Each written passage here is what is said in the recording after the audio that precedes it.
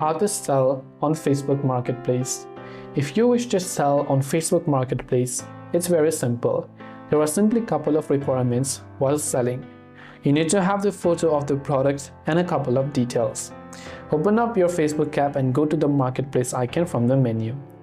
Right there you can see the option called Sell. So tap on the Sell option.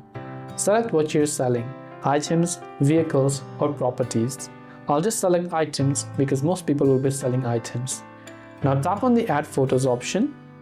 Add the photo of the product you wish to sell and hit the Next option. Now enter the title of the product that you wish to go ahead and then basically sell.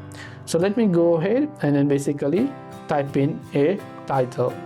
You can simply type in the price depending upon your currency. Choose a category, then choose a condition. Type in a description about the product, type in the color, location, tags. You can list it as a stock item or as a single item. Once done, you can select the Meetup Preferences like public meetup or whatever else it is. Then once done, you can tap on Next and you'll be able to sell on Facebook Marketplace.